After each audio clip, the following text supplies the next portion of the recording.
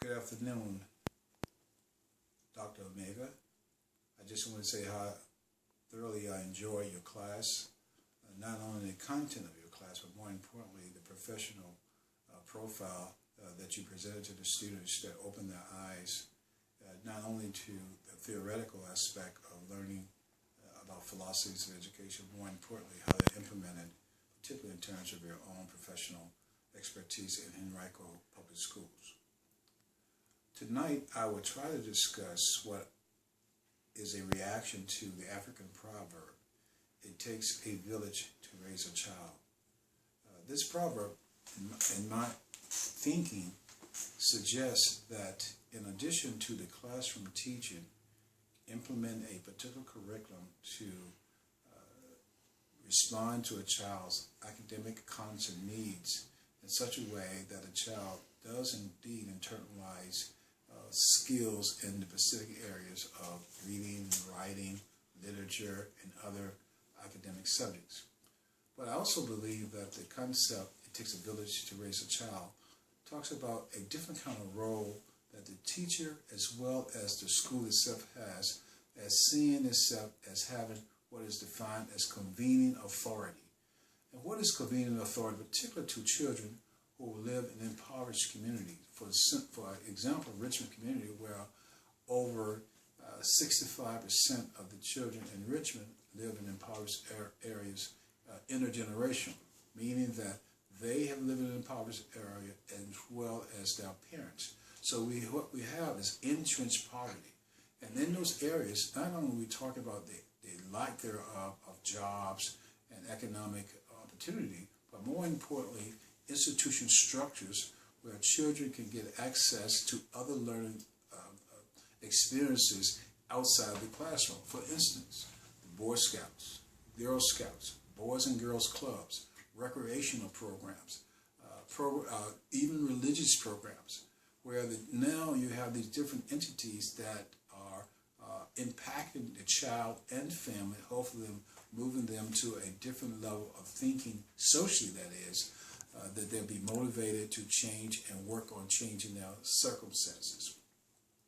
When we speak of "it takes a village to raise a child," as I said earlier, we're speaking of the convening authority of the school to convene other stakeholders, including the parents, more importantly the parents, but more importantly other structured institutions in the community, Boys and Girl Scouts, medical institutions, other extended education institutions, GED training, vocational training, in such a way that the school is now seen as a legitimate arm of community development.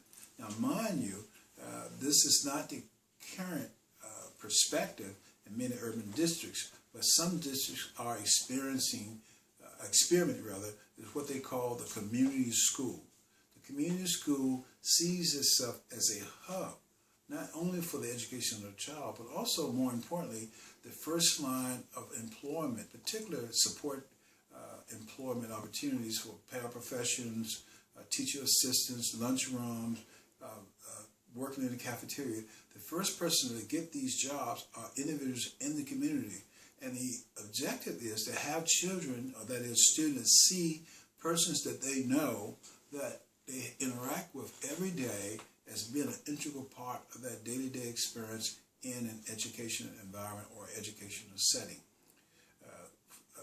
I believe Huguenot High School in Richmond has begun to experiment with this particular model by having a adolescent clinic as a part of the school apparatus itself to address many of the health-related needs of young adolescents in the Richmond community area. It is my opinion that this experience would also help in development of what is defined as critical consciousness.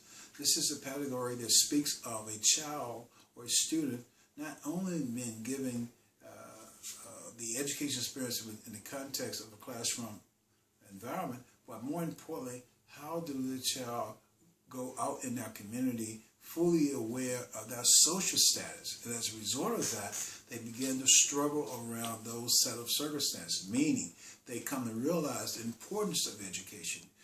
Education is a key out of our environment. I believe that this model, if given in the educational teaching component, that is what students learn who are aspiring to be teachers, will equip them, in addition to what is actually taught in the classroom, but other skill sets that would be instrumental in terms of developing that convening authority. Number one, grant writing.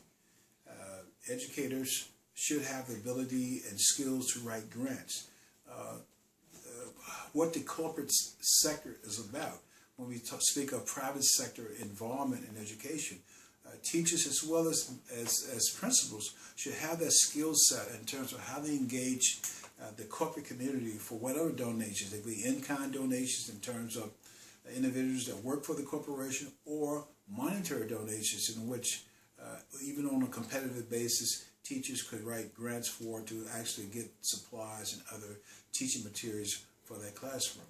The other aspect in terms of the learning experience of the teacher is also to understand the social psychodynamics that's going on in the minds of children who are impacted by poverty or marginalized communities. Because many times the counseling component is also an integral part, not necessarily defining a child as having any kind of mental challenges, but more importantly, know that a student may come into the classroom and might not have had a good night based upon what is actually going on in that particular community.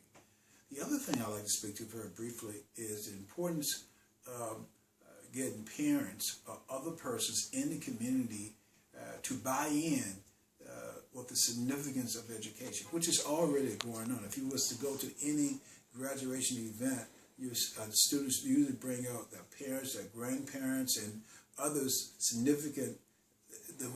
who are significant in that child's life to experience the graduation event itself. So we can see that education, particularly in the urban areas, is still symbolically something that galvanizes the community.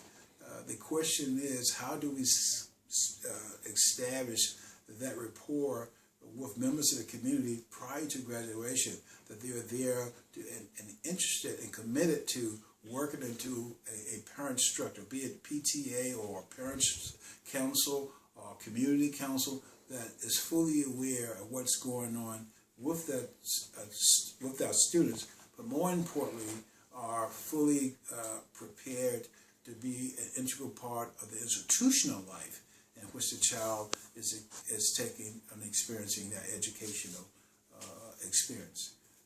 This community education model, I do believe, is the model for the future in regards to urban education.